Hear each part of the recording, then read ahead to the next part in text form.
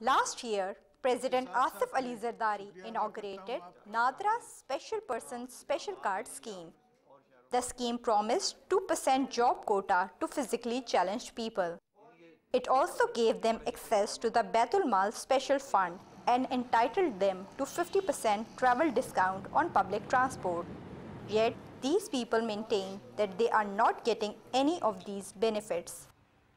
हम वहाँ एजुकेशन में डिपार्टमेंट में इंटरव्यू दिए हैं और दूसरे हेल्थ में दिए हैं और बेनज़ीर यूथ प्रोग्राम जो गवर्नमेंट पाकिस्तान बनाया है वहाँ भी हमें इंटरव्यू दिया है। हमें कहीं भी कभी भी नहीं किसी डिसेबल अफराद को ड्यूटी नहीं मिली। Physically challenged people are not getting discount on public transport.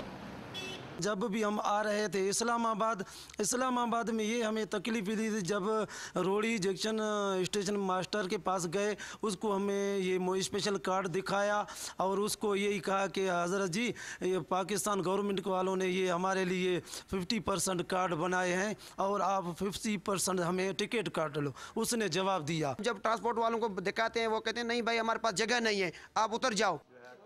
Most of these physically challenged people from remote areas complained about the attitude of their elected representatives.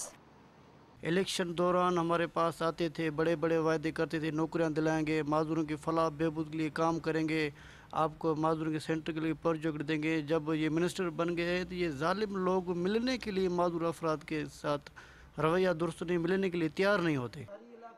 Now, different organizations that are working for physically challenged people have given a 15-day deadline to the government, asking it to operationalize the special persons card till the 15th of February.